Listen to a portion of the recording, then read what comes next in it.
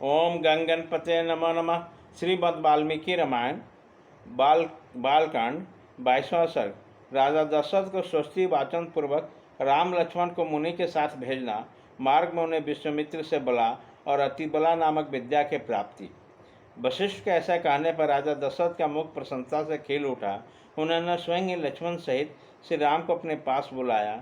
फिर माता कौशल्या, पिता दशरथ और पुरोहित वशिष्ठ से स्वस्ति वाचन करने के पश्चात यात्रा संबंधी मंगल कार्य संपन्न किया। श्री राम जी को मंगल सूचक मंत्रों से अभिमंत्रित किया गया। तदंतर राजा दशरथ ने पुत्र का मस्तक सुनकर अत्यंत प्रसन्नचित्त से उनको विश्वामित्र को सौंप दिया। उसी समय धूल रहित सुखदायिनी वायु चलने लगी। कमल नयन श्री राम को विश्वामित्र के साथ जाते देखकर सब देवताओं आकाश से वहाँ फूलों की बड़ी भारी वर्षा की। देवदुदुम्बियाँ बजने लगी।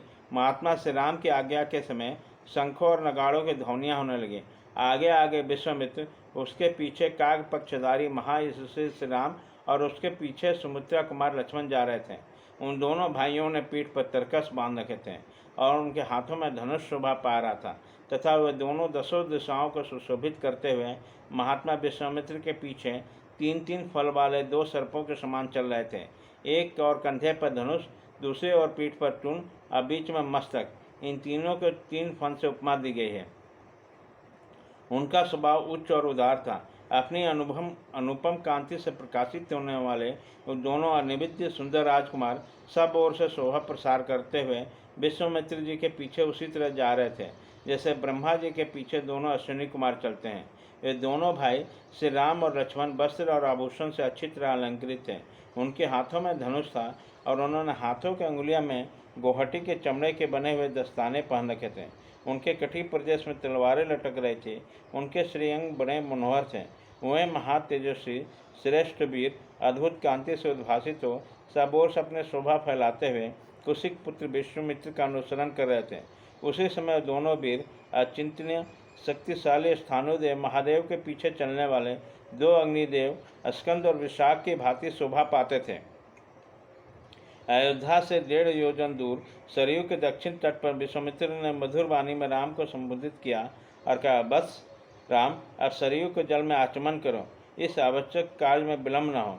बला और अतिबला नाम से प्रसिद्ध इस मंत्र समुदाय का ग्रहण करो। इसके प्रभाव से तुम्हें कभी श्रम थकावट का अनुभव नहीं होगा। जबर, रोग या चिंताजनित कष्ट नहीं होगा। तुम्हारे रूप में किसी प्रकार का विकार या उलट फेर नहीं होने पाएगा।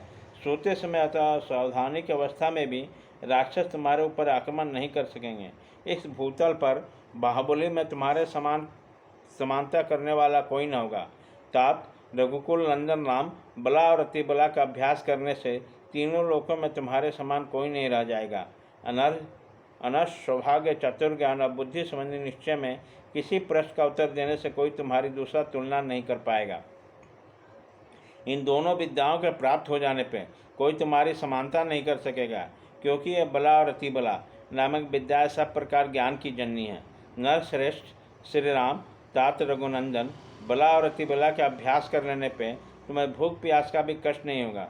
अतः रघुकुल को आनंदित करने वाला राम, तुम संपूर्ण जगत की रक्षा के लिए इन दोनों विद्याओं को ग्रहण करो। इन दोनों विद्याओं का अध्ययन कर लेने पर इस भूतल पर तुम्हारे यश का विस्तार होगा। ये दोनों विद्याएं ब्रह्मा जी की तेजस्वी पुत्रियां हैं। ककुस्त नंदन, मैंने इन दोनों को तुम्हें देने का विचार किया है। राजकुमार, तुम ही इनके योग्य पात्र हैं। यद्यपि तुम्हें इस विद्या को प्राप्त करने के योग्य बहुत से गुण हैं अथवा सभी उत्तम गुण विद्यमान हैं, इसमें संचय नहीं है। तथापि मैंने तपोबल से इनका अर्जन किया है। अतः मेरी तपस्या से परिपूर्ण होकर ये तुम्हारे लिए बहुरूपणी होगी, अनेक प्रकार का फल प्राप्त करेगी। तब श्री राम आचमन करके पवित्र हो गए। उनका मुख प्रसन्नता से खिल उठा। उन्होंने उस शुद्ध अंतःकरण वाले महर्षि से दोनों विद्याएं ग्रहण की। विद्या से संपन्न होने कारण भयंकर पराक्रमी श्री राम सहस्रों किरणों से युक्त शरतकाली भगवान सूर्य के समान शोभा पाने लगे। तत्पश्चात श्री राम ने विश्वामित्र के सारे गुरुजनों ने उचित सेवाएं करके हर्ष का अनुभव किया। फिर ये तीनों वहाँ सरयू के तट पर रात में सुखपूर्वक रहे।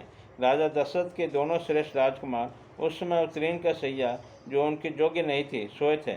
महर्षि विश्वामित्र अपनी वाणी द्वारा उन दोनों के प्रति लाड़ प्यार प्रकट करते रहे। इनसे वो रात बड़ी सुखमय प्रतीत हुई। इस प्रकार श्री वाल्मीकि निर्मित आस रामायण आदि काव्य के बालकांड में 22वां सर्ग पूरा हुआ।